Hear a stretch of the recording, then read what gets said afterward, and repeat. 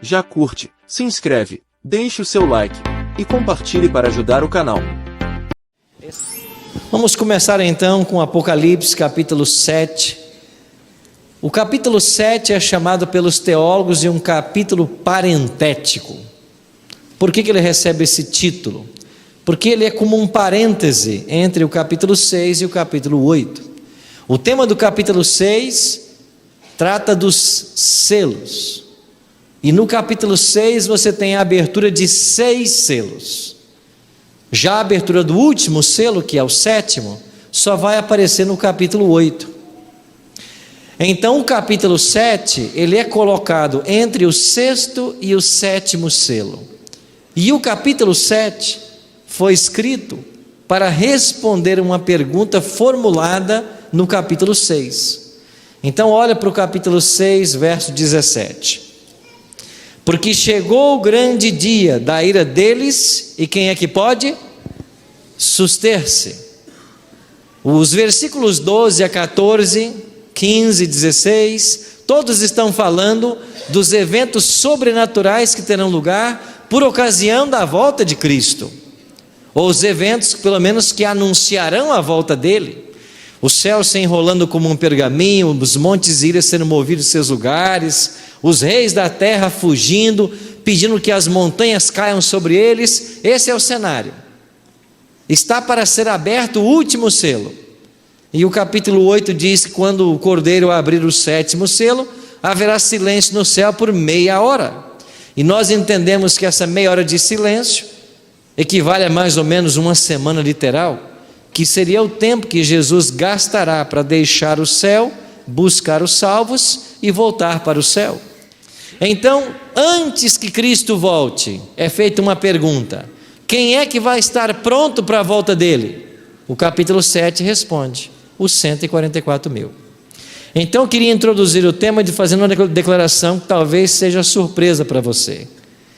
Se você ficar vivo para ver Cristo voltar e estiver salvo, você vai pertencer aos 144 mil. Alguns disseram amém, né? Eu vou repetir então, para você não sonhar com a morte. Se nós ficarmos vivos e estivermos salvos quando Cristo voltar, nós pertenceremos aos 144 mil. Amém. Agora sim. Por que isso? Vamos entender nessa noite. Apocalipse 7:1, comecemos o estudo. Depois disso, vi 4 anjos em pé nos 4 cantos da terra, conservando seguros os 4 ventos da terra, para que nenhum vento soprasse sobre a terra, nem sobre o mar, nem sobre árvore alguma. O que João viu? 4 anjos nos 4 cantos da terra. Mas pastor, a terra não é quadrada. Aqui é uma alusão aos pontos cardeais: norte, sul, leste e oeste. Os anjos estão segurando os ventos, para que nenhum vento soprasse. Lá em Jeremias capítulo 4, versos 11 a 13, há uma comparação entre os ventos e a tormenta e a chegada do exército babilônico, quando da destruição de Jerusalém, no ano 586 a.C. Assim, os ventos na profecia simbolizam guerras, rumores de guerras. Há anjos que estão impedindo uma guerra mundial. Até quando? Versículo 2: vi outro anjo subindo do nascente do sol, tendo o selo do Deus vivo, e clamou em grande voz aos 4 anjos, aqueles aos quais fora dado fazer dano à terra e ao mar, dizendo: não danifiqueis nem a terra, nem o mar, nem as árvores, até selarmos na fronte os servos do nosso Deus. Então os anjos estão impedindo que aconteça uma guerra mundial, até que o povo haja sido selado. Então Deus está dirigindo o processo de selamento, e esse povo vai ser selado para a salvação. Então, no Apocalipse, você tem a humanidade recebendo um selo. Ou nós receberemos o selo de Deus, aqui descrito, ou receberemos o selo da besta, conforme vimos em Apocalipse 13. E o anjo de Apocalipse 14, o terceiro, versos 9 a 12, ele diz claramente: se alguém adora a besta e recebe a sua imagem, esse perderá a sua salvação. Mas aqueles que recebem o selo de Deus são selados para a salvação. Aí vem uma pergunta: pastor, quando é que começou esse selamento? Ele já aconteceu? Ele está acontecendo? Eu, nas minhas pesquisas, tenho chegado a uma conclusão. O selamento do capítulo 7 é algo que nós falamos há muito tempo na igreja, mas não havíamos conectado. O selamento do capítulo 7 é o derramamento da chuva serôdia. Será selado no capítulo 7 as pessoas que forem batizadas com a chuva serôdia. Em dois momentos: aqueles que serão batizados para a pregação e aqueles que serão batizados para a conversão. Os que já conhecem o Evangelho são batizados para anunciar as 3 mensagens. Os que não conhecem o Evangelho, mas o aceitam, são batizados para arrependimento e salvação. Então, na minha visão, o derramamento da chuva serôdia é a mesma coisa do selamento do capítulo 7. Pessoas já foram seladas no passado? Sim, a Bíblia ensina que Deus sela com o Espírito Santo. Em todo o tempo da história, Deus teve o seu selo. Mas o selamento do capítulo 7, ele é um processo escatológico. Ele só acontece no tempo do fim. O selamento do capítulo 7 não é para as pessoas que viveram há 100 anos atrás. São para os últimos moradores da terra. Então os anjos estão impedindo que o mundo termine até que Deus tenha selado os sinceros. E finalmente o Apocalipse apresenta apenas 2 grupos de selados na volta de Cristo. Como eu já falei, os selados com o selo de Deus e os selados com o selo da besta. É por isso que eu acredito que o selamento do capítulo 7, ele não ocorreu em outro tempo na história. Ele é concomitante com o selo da besta. E o selo da besta ainda não existe. Concorda você? O selo da besta ainda não existe. Ellen G. White é clara em dizer que o domingo só será a marca da besta quando ele for uma imposição legal a partir dos Estados Unidos. Então, enquanto o decreto dominical não for promulgado pela segunda besta de Apocalipse 13, que é os Estados Unidos, não existe selo da besta. E se o Apocalipse está ensinando por contraste, quer dizer que nós estamos num processo ainda de cumprimentos proféticos. E o selamento do capítulo 7, ele será concomitante com o selamento da besta. Então esta é a cena. Os anjos estão aí selando. Agora, algumas perguntas têm que ser respondidas. Vamos para o verso 4. Então ouvi o número dos que foram selados, que era quantos? 144 mil. Da onde? De todas as tribos dos filhos de Israel. Então, nada que foi escrito na Bíblia é para ser ignorado. Nada. E o Espírito Santo, no processo de inspiração, ele não só inspirou o profeta a escrever, como ele acompanhou a escrita, para que as palavras corretas fossem usadas. E olha o que João escreveu aqui: então ouvi o número dos que foram selados. Você prestou atenção nisso? Ele não viu ninguém, ele ouviu. Agora vá para o verso 9.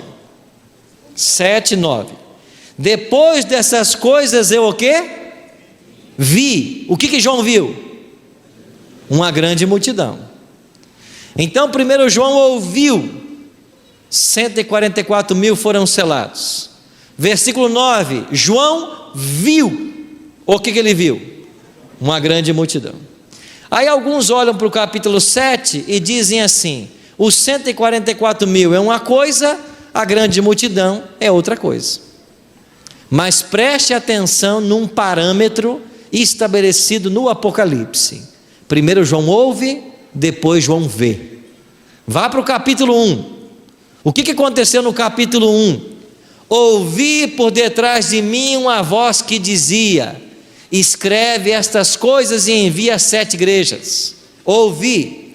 Voltei-me para ver quem falava comigo, e voltando, vi 7 candeeiros de ouro.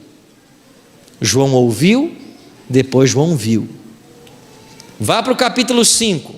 João, não chores, porque o leão da tribo de Judá morreu para abrir o livro com 7 selos. Depois virei-me para ver e vi um cordeiro morto. Ele ouviu de um leão, mas quando ele foi ver, era um cordeiro morto.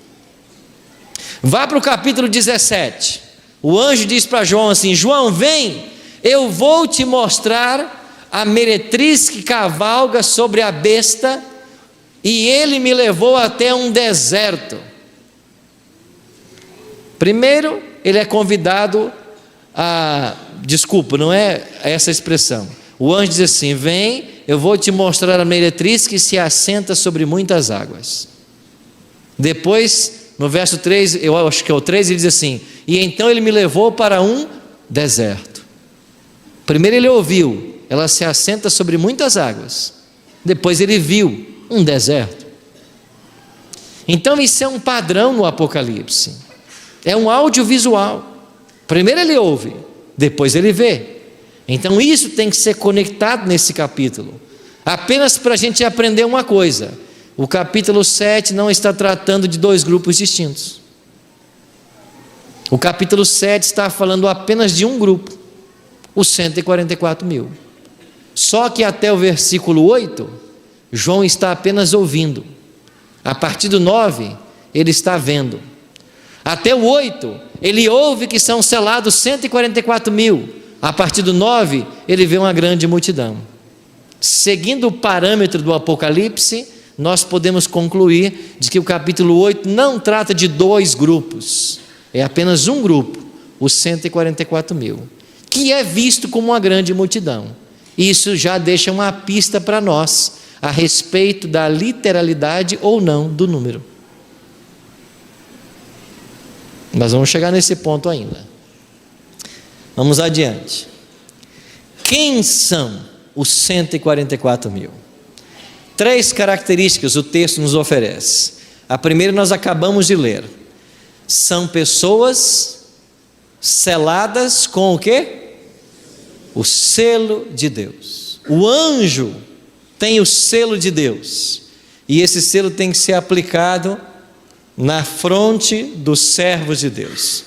Eu falei ontem para vocês sobre a intertextualidade, que você, para entender o Apocalipse, você tem que ir para o Antigo Testamento e encontrar as raízes do tema. Eu falei para vocês da besta de Apocalipse 13, que a sua raiz está em Daniel 3. Aonde está a raiz do capítulo 7, do selamento no Antigo Testamento? Está em Ezequiel 9. Porque em Ezequiel 9, você tem um homem recebendo uma ordem de passar pelo meio de Jerusalém e selar com um selo na testa de todos aqueles que temiam a Deus. Após esse selamento, vem agora agentes de destruição, e eles vão matar em Jerusalém todo aquele que não tem o selo na sua fronte. Olha aí, o selamento muito claro. Então em Ezequiel 9, o selamento tem uma finalidade: proteção e pertencimento. Esse é o povo de Deus, e ele não vai morrer porque ele está selado. A visão de Ezequiel 9 nunca aconteceu literalmente. Foi uma visão profética, apenas para ensinar o povo de Deus, não que acontecesse um selamento literal. Vá também para o selo lá no Egito, quando um selo foi aplicado nos umbrais das portas, e o anjo da destruição ignorava a casa que tinha o sangue e ia para outra. Mesmo significado do selo: pertencimento e proteção. Agora, no capítulo 7 de Apocalipse, o selo é aplicado na última geração. Para quê? Pertencimento e proteção. Protegidos de quê? Dos últimos eventos que terão lugar na história desse mundo, antes que Jesus volte. Então, amigos, eles recebem o selo de Deus. Qual é o selo de Deus? O selo de Deus aparece na lei. Ezequiel 20:20 diz: santificai os meus sábados, pois servirão de quê? Sinal entre mim e vós. O verso 12 diz: também lhes dei os meus sábados para que servissem de sinal. O sábado é um sinal entre Deus e seu povo, e ele está na lei. Agora, alguns estão tentando alterar a lei de Deus e atacando especificamente o 4º mandamento, que é o sábado. Por quê? Porque é o único dos 10 que aponta a Deus como Criador. E o diabo sempre quis ocupar a posição de Deus. Quando Cristo esteve nessa terra, ele disse claramente que ele não veio mudar a lei ou os profetas. Mateus 5:17-18. Ele não alterou nada.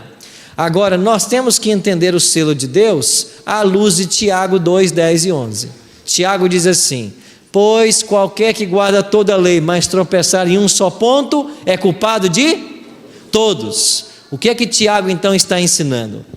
Que se eu quebrar um mandamento, eu quebrei quantos? Todos. São como elos de uma corrente. Para você partir uma corrente, basta quebrar um elo. Então, o selo de Deus é o sábado, mas por extensão é a lei. Porque se eu guardar só o sábado e quebrar os outros mandamentos, ou qualquer um deles, de nada adianta. Então, recebe o selo de Deus, não só aquele que obedece o 4º mandamento, mas aquele que pela atuação do Espírito Santo obedece aos 10. Aí ele recebe o selo de Deus. Com isto em mente, nós já falamos aqui sobre a tentativa de se colocar o domingo no lugar do sábado. Nós vamos ter então o selo de Deus e o selo da besta. A última geração que viverá sobre o planeta, eles vão ter que escolher qual destes selos eles irão receber. Então, a primeira característica dos 144.000, eles obedecem à lei de Deus e por isso eles recebem o selamento. Segundo, eles passarão pela grande tribulação. Apocalipse 7, 13 e 14. Um dos anciãos tomou a palavra dizendo: estes que se vestem de vestiduras brancas, quem são e de onde vieram? Respondi-lhe: meu Senhor, tu sabes. Ele então me disse: são estes os que vêm da onde? Da grande tribulação. Aqui está a segunda característica dos 144.000. Veja, nesse momento eles já estão vestidos de branco. A princípio João viu 144.000, 12.000 de cada tribo. Aí eu pergunto para vocês, por que é que na primeira visão eles estão perfilados aos milhares, 12.000 em cada tribo, e na segunda visão eles estão vestidos de brancos? Por quê? O Dr. Ranko Stefanovic apresenta uma sugestão. Ele diz assim: Apocalipse capítulo 7, dos versos 1 a 8, os 144.000 estão prontos para a última batalha. Dos versículos 9 em diante, eles já passaram pela batalha. Eles já estão de branco. Eles já saíram vitoriosos. Na primeira visão, eles estão aos milhares prontos para a guerra, como saía Israel, aos milhares. Na segunda visão, eles já estão de brancos porque eles foram vitoriosos. Vitoriosos em que batalha? Na grande tribulação. Eles vieram da grande tribulação. Por isso eles estão de branco. Porque eles venceram a grande prova final. Bom, aí temos que agora versar sobre essa grande tribulação. Daniel já havia escrito sobre ela. Estão lembrados? Daniel 12:1. Naquele tempo se levantará Miguel, o grande príncipe, o descensor dos filhos do teu povo, e haverá um tempo de angústia qual nunca houve. Um tempo de angústia qual nunca houve. O profeta Jeremias, no capítulo 30, ele fala desse tempo de angústia e ele compara a angústia escatológica com a angústia de Jacó. E o próprio Cristo falou também desse tempo de angústia que se abateria sobre a terra. Quando será esse tempo de angústia? Ele se inicia precisamente com o fechamento da porta da graça. Mas pastor, o povo de Deus não vai ser provado antes disso? Quando sair o decreto dominical? Sim, haverá um tempo de angústia prévio, antes do fechamento da porta da graça. Mas a grande tribulação de Daniel 12:1 e de Apocalipse 7:14, ela situa-se após o fechamento da porta da graça. E o que é que vai gerar esta grande tribulação? Nós temos que comparar com o que aconteceu com Jacó no passado, porque Jeremias faz analogia com Jacó. Então o que é que aconteceu com Jacó e que vai acontecer com o remanescente do tempo do fim? Eu vou citar 4 pontos pelo menos. Primeiro, Jacó se angustiou porque descobriu que Esaú, seu irmão, vinha marchando contra ele com 400 homens para tirar-lhe a vida. O remanescente do tempo do fim sabe agora que tem um decreto autorizando os cidadãos a matá-los. Jacó se angustiou porque ele temia que por causa do seu pecado, a sua família, inocente na história, sofresse alguma consequência. O remanescente do tempo do fim não terá certeza do bem-estar de seus familiares. Jacó se angustiou porque ele não tinha certeza do perdão divino para o seu ato de roubar a primogenitura de seu irmão Esaú. O remanescente do tempo do fim, diz Ellen G. White, vai clamar a Deus dia e noite, pensando se algum pecado ficou sem ser confessado antes do fechamento da porta da graça. Ou seja, eles não têm certeza de salvação.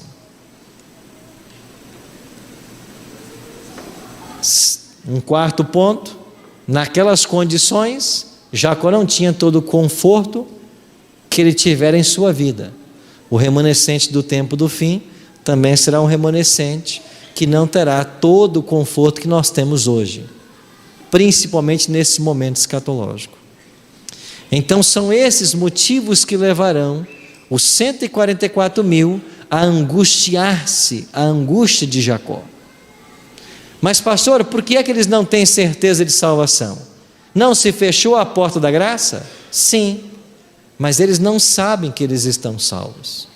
Mas pastor, não já estão caindo as pragas? Sim, mas as pragas não são universais. Se as pragas fossem universais, quando caísse a primeira praga, quem não a tivesse, saberia que está salvo. Mas como elas são locais, o fato de não ter a praga não quer dizer que você está salvo. É por isso que haverá incerteza de salvação. E esses eventos é que configuram a angústia de Jacó. Agora, aqui em Daniel 12:1, a promessa já foi dada. Naquele tempo, livrar-se-á do teu povo todo aquele que for achado inscrito no livro. E lá em Jeremias, o profeta termina dizendo: ó, que tempo de angústia é esse? É angústia para Jacó, o Senhor, porém, o livra dela. Então, em todos os textos, a promessa de livramento nos está garantida. nós iremos passar por esse tempo de angústia incólumes, não seremos atingidos por nada, a não ser pelo desespero espiritual, pela dúvida que nos assaltará. Mas aí então fica uma pergunta, e eu quero fazer para você agora. Agora eu vou perguntar: se a porta da graça já está fechada, todos os casos para salvação ou perdição já estão resolvidos, certo? Sim ou não? Sim. A pergunta é: por que é que Deus colocou no seu cronograma profético um tempo de angústia para a gente que já está salva?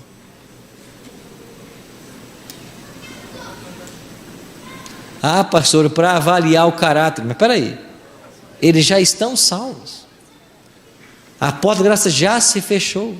Ah, pastor, é para purificar o caráter pela provação. Purificar de quê? Os céus declarou salvos quando a porta da graça se fechou.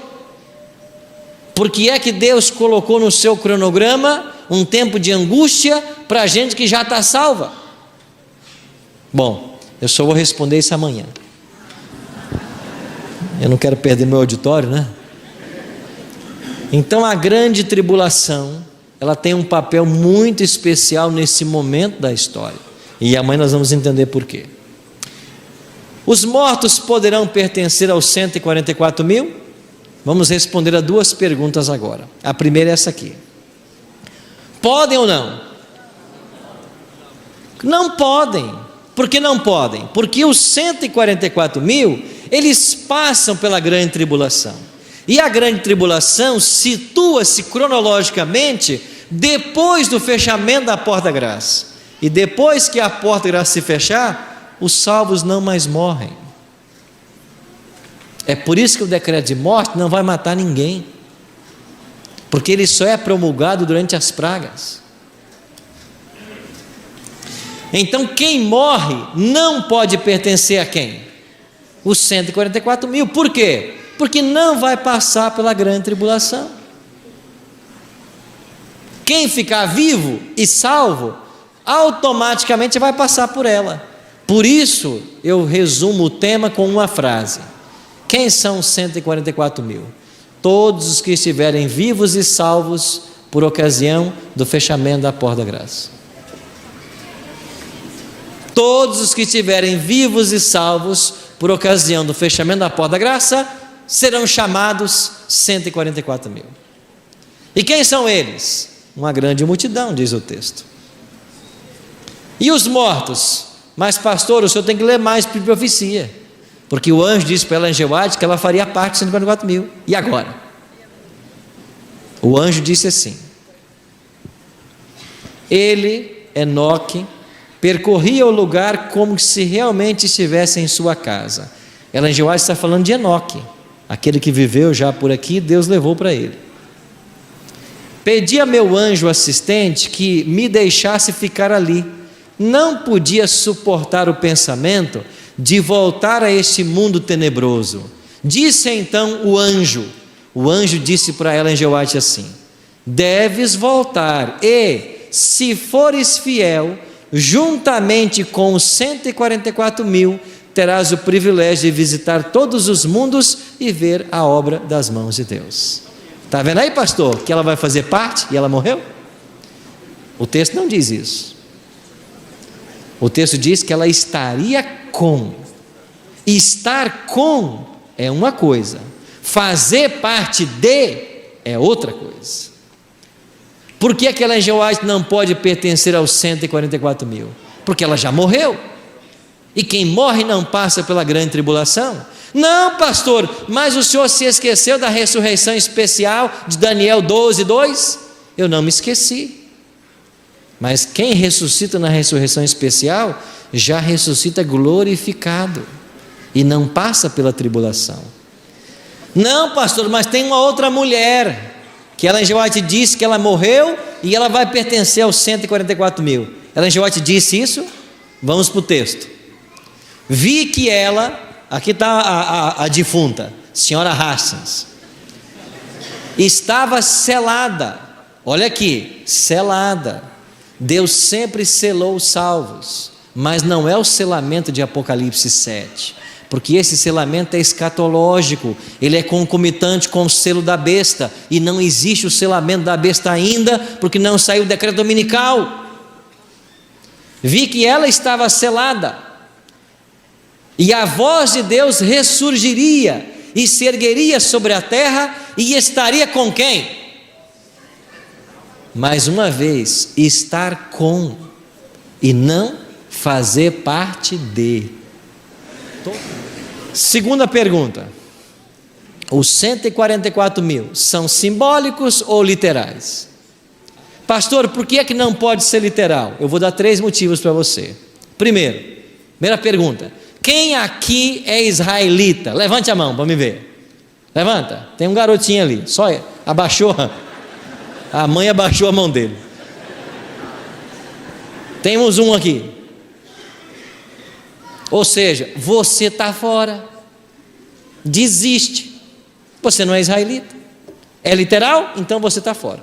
Certo? É literal? Então tem que ser israelita. Agora me explica uma coisa. No ano 722 antes de Cristo, o Império Assírio destruiu 10 das 12 tribos. Cadê os israelitas dessas 10 tribos? Estão vivos hoje? Segundo ponto, Apocalipse 14. Vi o Cordeiro em pé sobre o monte Sião, e com ele os 144 mil. Isso é simbólico ou é literal? Não, pastor, é literal. Os 144 mil são literais. Então o monte Sião é literal e o Cordeiro é literal. O que é que João está vendo? Um cordeirinho, o animal, lá em cima do monte Sião, em Jerusalém, e com ele 144 mil salvos? É isso que João viu? Ou João viu Cristo, o Cordeiro de Deus, no céu, aqui tipificado pelo monte Sião, com todos os salvos que estavam vivos quando ele voltou? Eu prefiro a segunda hipótese.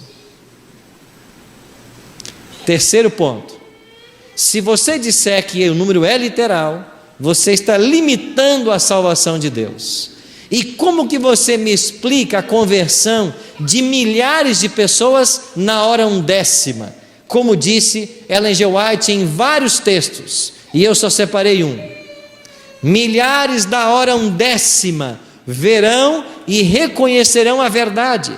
Essas conversões à verdade operar-se-ão com uma rapidez surpreendente para a igreja, e unicamente o nome de Deus será glorificado. Milhares da hora undécima verão e reconhecerão a verdade, eles se converterão.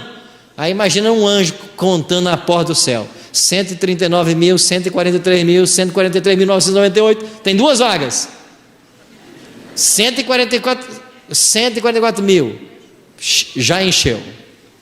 Quem chegou, chegou, quem não entrou, perdeu a chance. É assim que o céu funciona? Então eu tenho problemas em aceitar a literalidade. Eu prefiro crer na simbologia. Por que 12 mil de cada tribo? Porque a tribo representa o povo de Deus no Antigo Testamento, e Paulo ensina que nós somos o Israel espiritual.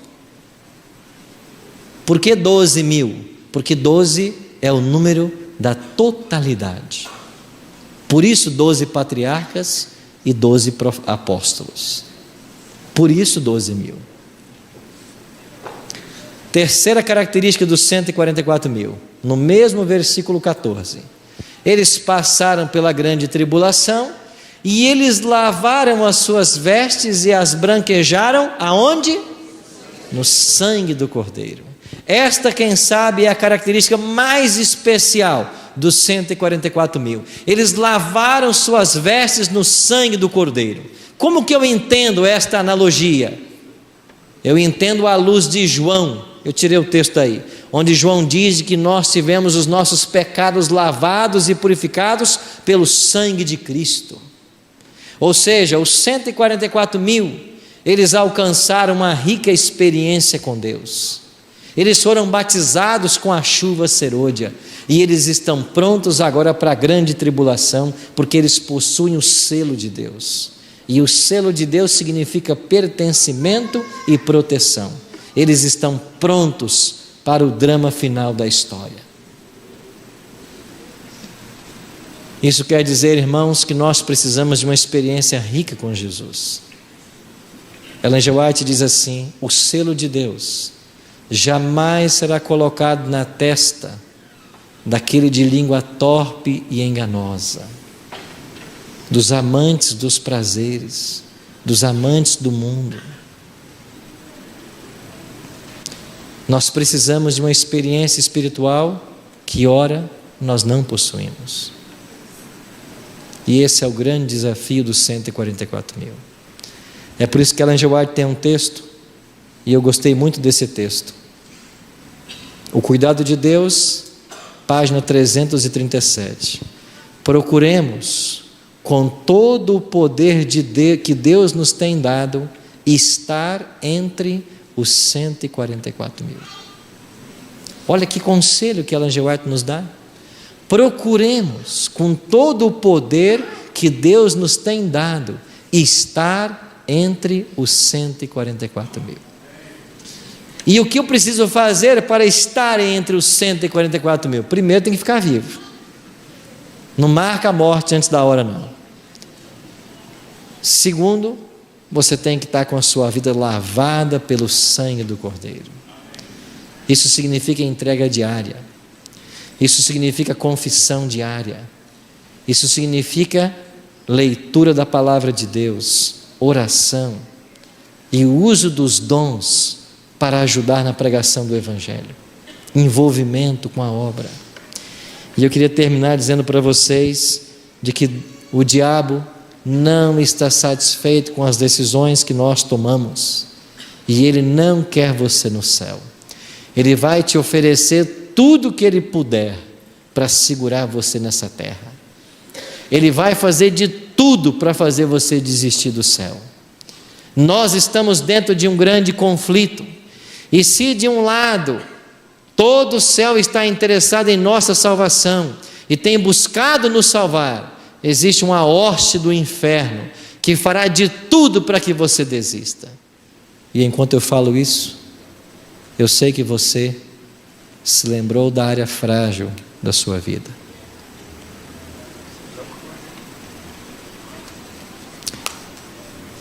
Eu sei que você se lembrou. Mas nessa noite, há esperança para você. Há esperança. Te abençoe. Meus amigos, esse é o canal Pregadores Adventistas. Se você gostou, já curte, se inscreve, deixe o seu like e compartilhe para ajudar o canal. Vamos levar a mensagem a todo mundo nessa geração, e assim virá o fim. Não sejamos como os antediluvianos que não creram e se perderam. A mensagem de agora é: Jesus está voltando, preparem-se, é chegada a hora do seu juízo.